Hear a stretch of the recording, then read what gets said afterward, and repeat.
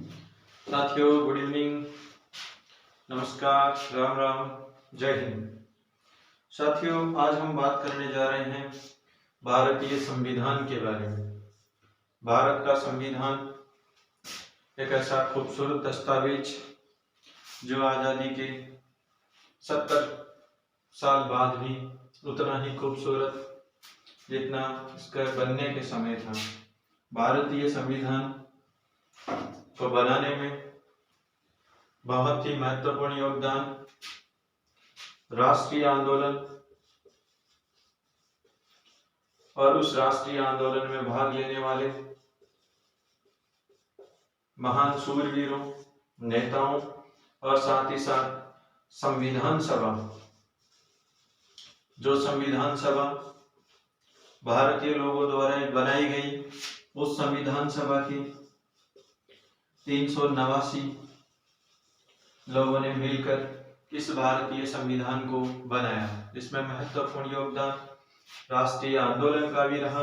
राष्ट्रीय आंदोलन जो आप 1857 की क्रांति से लेकर 1947 तक का जो 90 साल का जो टाइम पीरियड रहा, उस दौरान क्या परेशानियां रही, क्या समस्याएं रही, किस प्रकार के आंदोलन किए गए, क्यों किए गए, इस कारण से ये भारत का संविधान बनाकर अपने तैयार किया कि अंग्रेजी हुकूमत के जाने के बाद, अंग्रेजी शासन के यहाँ से समाप्त होने के बाद भारत का जो कानून है वो किस प्रकार का होगा, भारत की शासन व्यवस्था को किस प्रकार चलाया जाएगा, प्रशासनिक व्यवस्था क्या होगी, इन सब की को चलाने के लिए भारत में कैसे कानून का निर्माण किया गया, इसको कहा गया संविधान।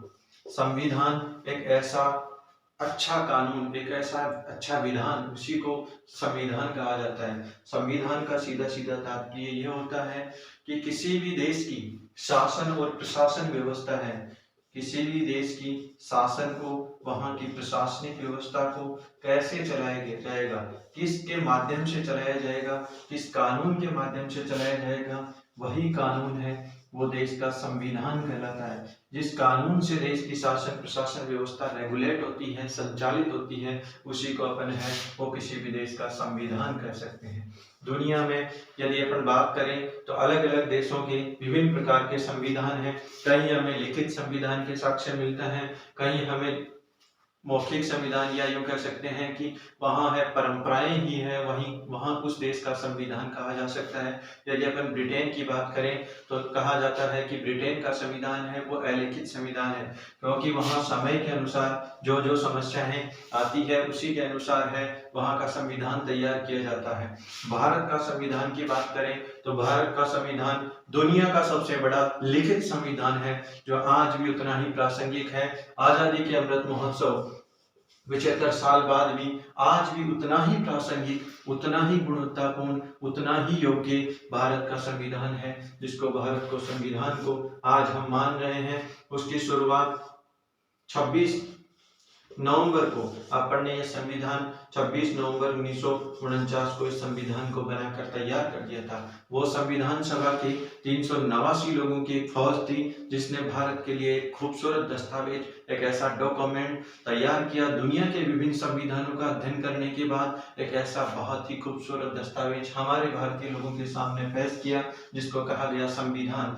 इस संविधान को बनाने के लिए शुरुआत की थी हमारे संविधान सभा के उन 389 लोगों ने संविधान सभा में जो चुने गए भारतीय जनता द्वारा, वो 389 लोग 9 दिसंबर को भारतीय संविधान सभा की पहली बैठक शुरुआत की जाती है। 9 दिसंबर 1946 को संविधान सभा की प्रथम बैठक होती है। उसी प्रथम बैठक में परंपरा रही है भारत देश की, दुनिया के सामने एक मिसाल पेश की कि यहाँ के जो सबसे बुजुर्गों का सम्मान करने की, बुजुर्गों का, बड़ों का आदर किया जाता है।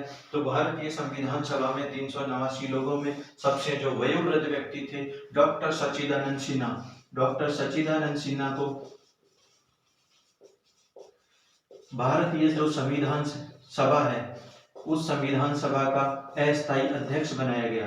अस्थायी अध्यक्ष इसलिए बनाया गया क्योंकि भारत की परंपरा रही है, भारत की दुनिया में जो गौरव में इतिहास रहा है वो इसीलिए रहा है कि यहाँ के बुजुर्गों का सम्मान किया जाता है, बड़ों का आदर भाव किया जाता है। सबसे वयोवृद्ध व्यक्ति, सबसे सीनियर व्यक्ति डॉक्टर सच्चिदानंद सिन्हा को 9 दिसंबर 1946 को जो एक खूबसूरत दस्तावेज तैयार करने के लिए भारतीय संविधान सभा बनाई गई थी, उस संविधान सभा के पहले अस्थायी अध्यक्ष बने। उसके बाद अपन ने संविधान बनाने का काम है वो शुरू किया और संविधान बनाने के काम में अपन ने 11 दिसंबर को फिर इस संविधान सभा के स्थायी अध्यक्ष के रूप में डॉक्टर राजेंद्र प्रसाद को चुना गया। डॉक्टर राजेंद्र प्रसाद को स्थायी अध्यक्ष बनाया गया और डॉक्टर राजेंद्र प्रसाद ने 11 दिसंबर 1946 को स्थायी अध्यक्ष का पदभार संभाला।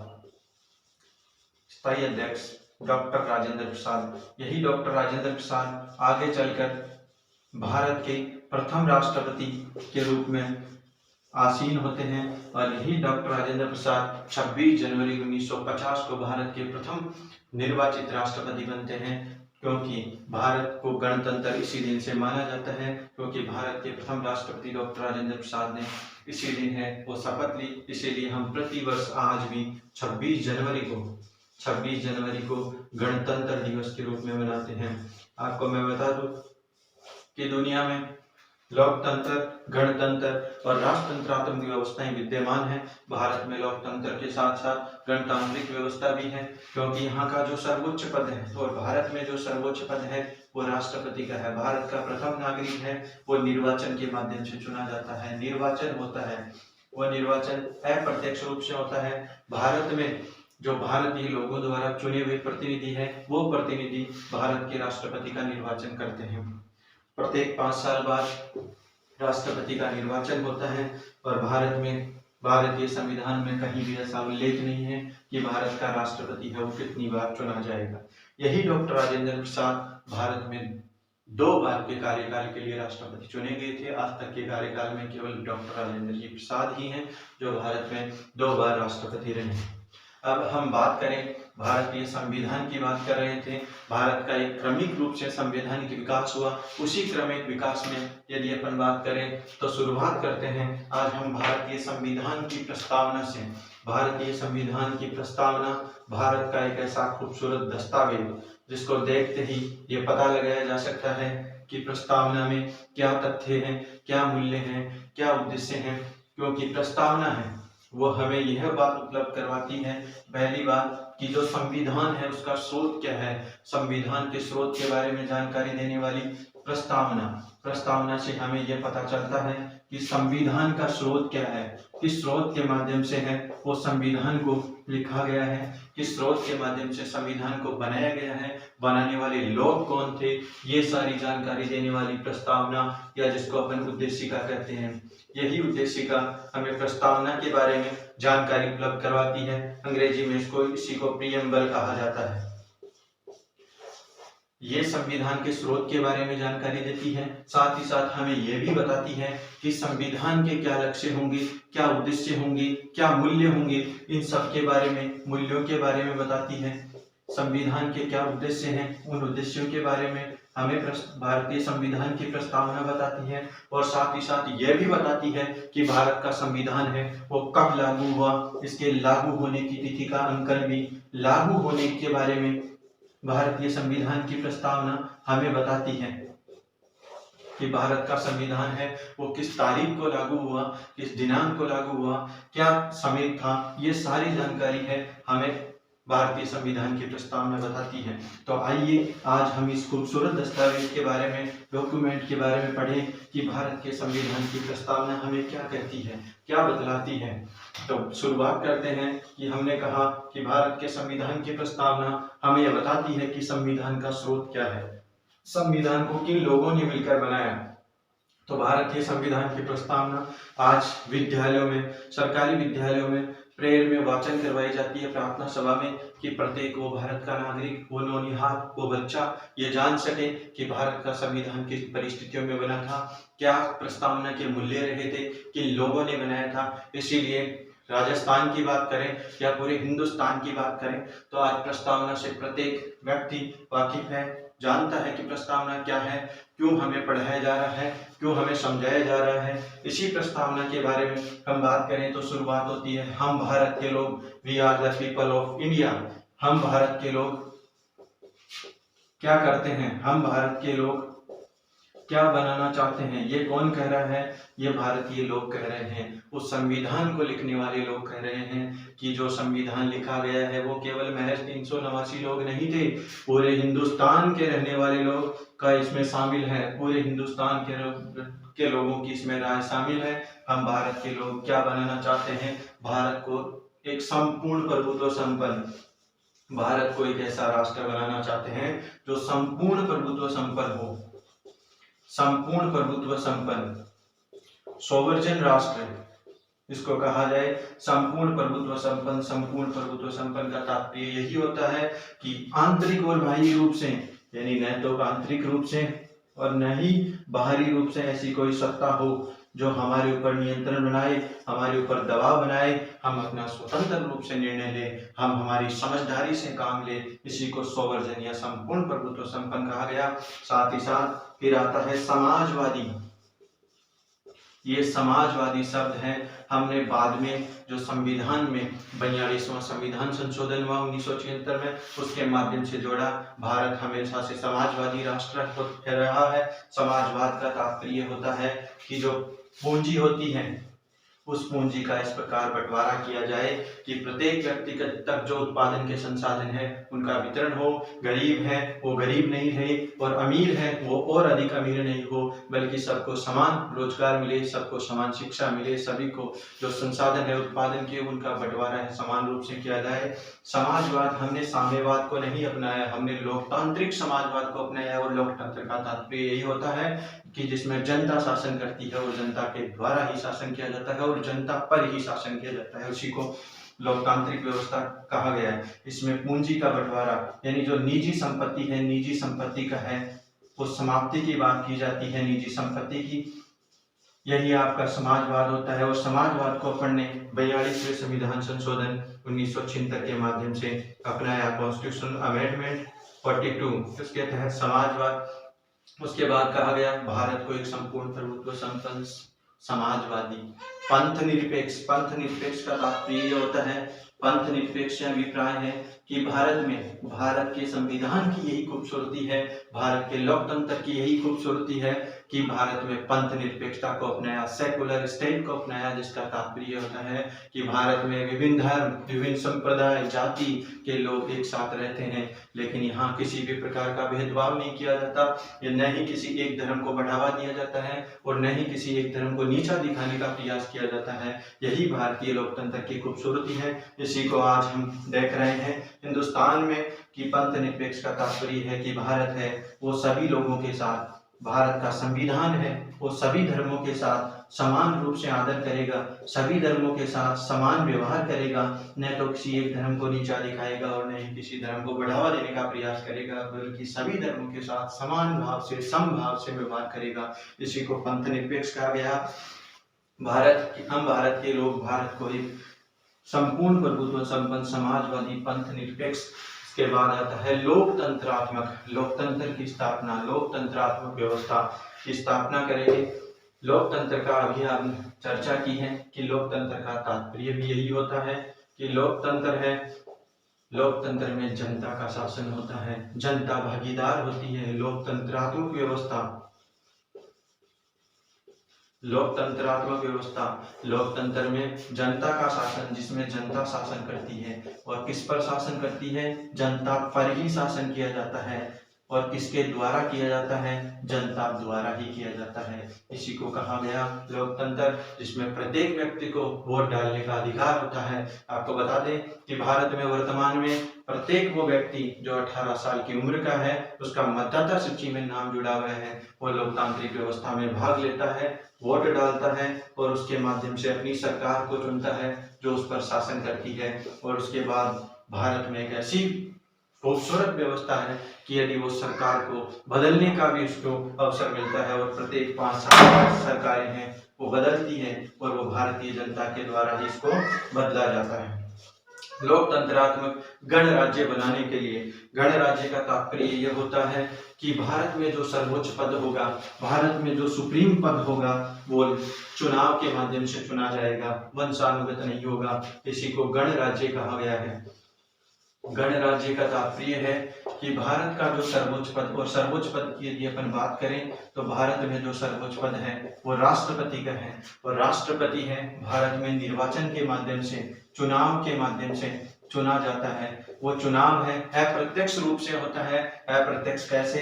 क्योंकि भारत में की जनता द्वारा जो चुने हुए प्रतिनिधि हैं, जनता अपने प्रतिनिधियों को चुनती है और वो प्रतिनिधि है वो राष्ट्रपति का निर्वाचन करते हैं, इसलिए इसको अप्रत्यक्ष प्रणाली कहा गया है। भारत इसीलिए गणराज्य बना क्योंकि भारत में जो सर्वोच्च पद है राष्ट्रपति का, उसका निर्वाचन होता है। और भारत गणराज्य बना 26 जनवरी 1950 को भारत है वो गणराज्य बना, क्योंकि 26 जनवरी 1950 के दिन ही भारत के प्रथम राष्ट्रपति डॉक्टर राजेंद्र जी प्रसाद ने शपथ ली थी, इसलिए भारत है वो गणराज्य बना। और आपको पता है कि 26 जनवरी को प्रतिवर्ष हम गणतंत्र दिवस के रूप में मनाते हैं। भारत है गणराज्य बना इसीलिए। हम भारत के लोग भारत को संपूर्ण प्रभुत्व संपन्न समाजवादी पंथ निरपेक्ष लोकतंत्रात्मक गणराज्य बनाने के लिए तथा इसके समस्त नागरिकों में 3 प्रकार की न्याय की जहां बात की जाती है, न्याय की बात करने वाला व्यक्ति है प्लेटो। न्याय की बात अपन बात करें तो यहाँ सामाजिक न्याय की बात की जाती है, आर्थिक न्याय की बात की जाती है और राजनीतिक न्याय की बात की जाती है। तीन प्रकार की न्याय है, जिसमें सामाजिक न्याय, आर्थिक न्याय और राजनीतिक न्याय। सामाजिक न्याय का तात्पर्य होता है कि समाज में विद्यमान ऊंच नीच भेदभाव उन सब की समाप्ति की जाए, एक समता मूलक समाज की स्थापना की जाए, इसी को सामाजिक न्याय कहा गया है। आर्थिक न्याय का तात्पर्य है कि प्रत्येक व्यक्ति को रोजगार के अवसर समान मिले, प्रत्येक व्यक्ति के जो उत्पादन के संसाधन है उनका बंटवारा समान हो, इसी को सामाजिक आर्थिक न्याय कहा गया है। राजनीतिक न्याय का तात्पर्य होता है कि प्रत्येक व्यक्ति को वोट डालने का अधिकार हो, उसके साथ साथ वोट डालने के साथ साथ चुनाव लड़ने का अधिकार हो, किसी भी राजनीतिक दल में शामिल होने का अधिकार हो। ये सारी व्यवस्थाएं हैं वो राजनीतिक न्याय के तहत भारतीय संविधान की प्रस्तावना में की गई है। सामाजिक, आर्थिक और राजनीतिक न्याय, ये इसी क्रम में भारतीय संविधान की प्रस्तावना में लिखी गई है। इसके साथ साथ 5 प्रकार की स्वतंत्रताओं का उल्लेख भारतीय संविधान में किया गया है, भारतीय संविधान की प्रस्तावना में किया गया है। इसकी अपन यदि बात करें तो स्वतंत्रताएं, वो स्वतंत्रताएं हैं विचार की स्वतंत्रता, अभिव्यक्ति की स्वतंत्रता, विश्वास की स्वतंत्रता, उपासना की स्वतंत्रता, धर्म की स्वतंत्रता। ये 5 प्रकार की स्वतंत्रताएं हैं वो भारतीय संविधान की प्रस्तावना में लिखी गई है। किसी भी प्रकार के विचार प्रकट कर सकता है, उनको अभिव्यक्त कर सकता है, किसी भी धर्म में किसी भी पूजा पद्धति को अपना सकता है, विश्वास कर सकता है। ये सारी 5 प्रकार की स्वतंत्रताएं हैं वो भारतीय संविधान में लिखी गई है। स्वतंत्रताओं के बाद यदि अपन बात करें तो भारतीय संविधान की प्रस्तावना कहती है कि उन सब नागरिकों में समता, प्रतिष्ठा और अवसर की समता की बात की जाती है। समता की यदि हम बात करें तो समता की बात में भारतीय संविधान की प्रस्तावना कहती है कि प्रतिष्ठा और अवसर, प्रत्येक व्यक्ति की अपनी प्रतिष्ठा है, डिग्निटी है, उसका सम्मान किया जाए। प्रत्येक व्यक्ति को समान अवसर उपलब्ध करवाए जाएंगे, वो चाहे रोजगार से संबंधित बात हो या अन्य किसी क्षेत्र से संबंधित, वो सारी समताएं भारतीय संविधान की प्रस्तावना हमें उपलब्ध करवाती है।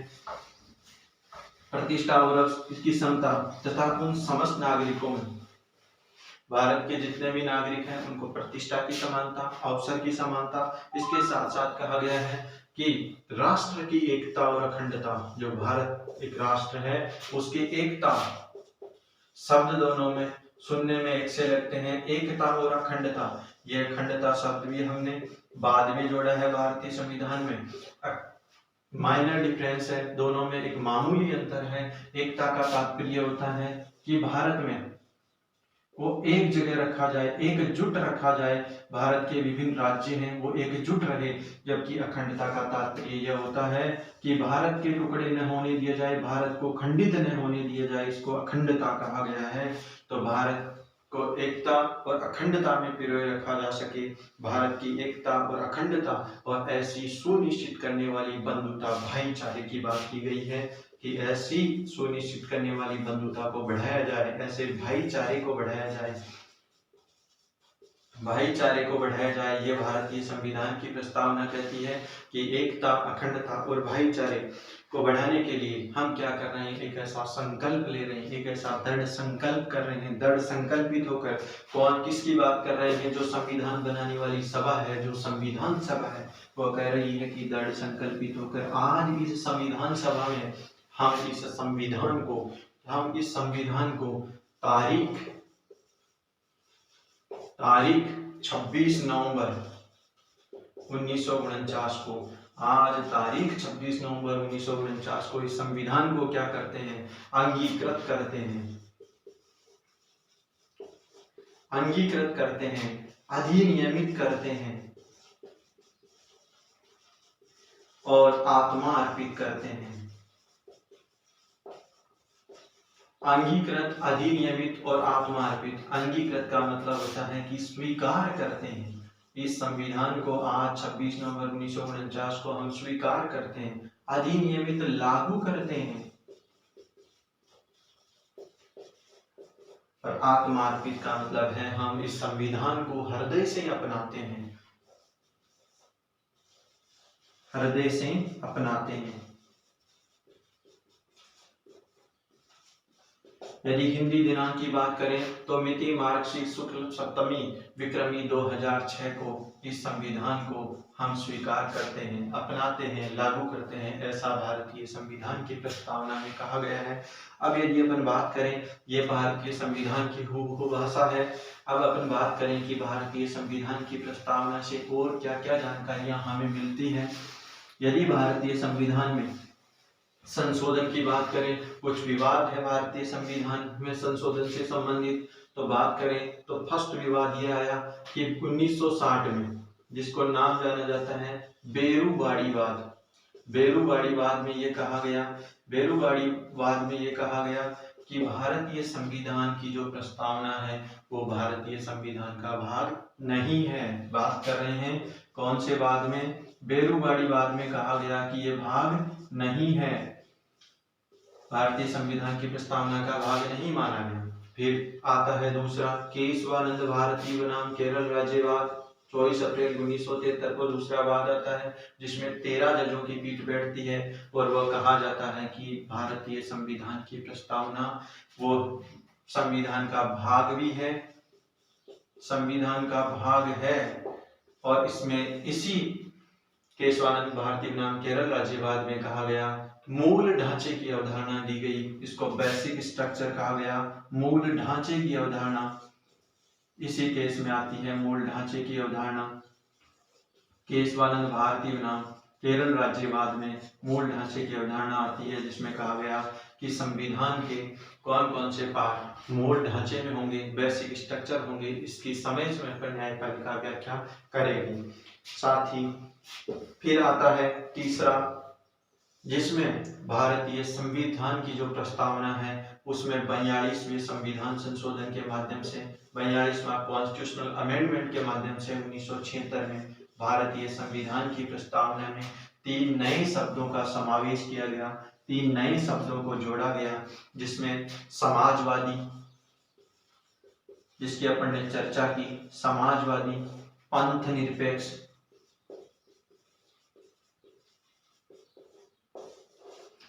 समाजवादी, पंथ निरपेक्ष और अखंडता शब्दों को जोड़ा गया।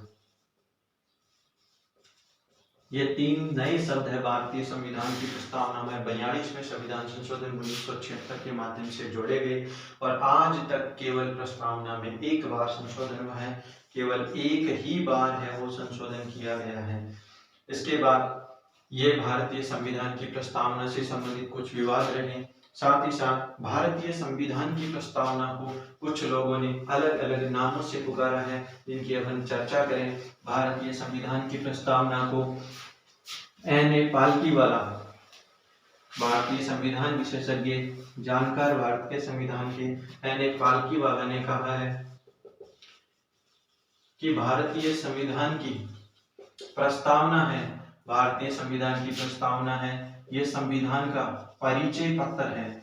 जैसे किसी व्यक्ति का परिचय होता है, अपन परिचय पूछते हैं तो उस व्यक्ति के बारे में हमें जानकारी मिलती है कि किस प्रकार के परिवेश से आता है, किस प्रकार की उसकी एजुकेशन क्वालिफिकेशन है, किस प्रकार का नाम है, क्या है, कहाँ से आया है, ये सारा परिचय जानने से हमें पता चलता है। वैसे ही यानी कि पालकीवाला ने कहा कि प्रस्तावना को पढ़ने से हमें जानकारी मिलती है कि संविधान का क्या परिचय है, किस प्रकार की जानकारी इसमें निहित है, ये प्रस्तावना को जानने से हमें पता चलती है। साथ ही एक विद्वान है ठाकुरदास भार्गव जी ने तो यहाँ तक कह दिया कि यह भारतीय संविधान की आत्मा है, भारतीय संविधान की आत्मा है। भारतीय संविधान की आत्मा कहा है, जैसे मनुष्य के शरीर में आत्मा होती है, शरीर को संचालित करती है, वैसे ही भारतीय संविधान की प्रस्तावना है, वो भारत के संविधान को संचालित करती है, रेगुलेट करती है। इसीलिए भारतीय संविधान की प्रस्तावना को भारतीय संविधान की आत्मा कहा गया ठाकुरदास भार्गव के द्वारा। और कन्हैयालाल माणिक्यलाल मुंशी जी द्वारा ये कहा गया कि ये भारतीय संविधान की जन्म कुंडली है, जन्म कुंडली। ये भारतीय संविधान की जन्म कुंडली है, वो के एम मुंशी जी द्वारा कहा गया। भारतीय संविधान को अनेक विद्वानों ने भारतीय संविधान के दर्पण की संज्ञा भी दी है, अलग अलग विद्वानों ने अलग अलग नामों से पुकारा है। साथियों, आज हमने चर्चा की भारतीय संविधान की प्रस्तावना की, और इसमें कई प्रश्न और डिटेल से हम चर्चा करेंगे, कुछ रह गए हैं तो और इनके बारे में बात करेंगे। साथियों, हमने YouTube चैनल बनाया है पॉलिटी विद जेपी सर के नाम से। इस चैनल को आप अधिक से अधिक लाइक करें, शेयर करें, सब्सक्राइब करें। Thank you. जय हिंद, जय भारत।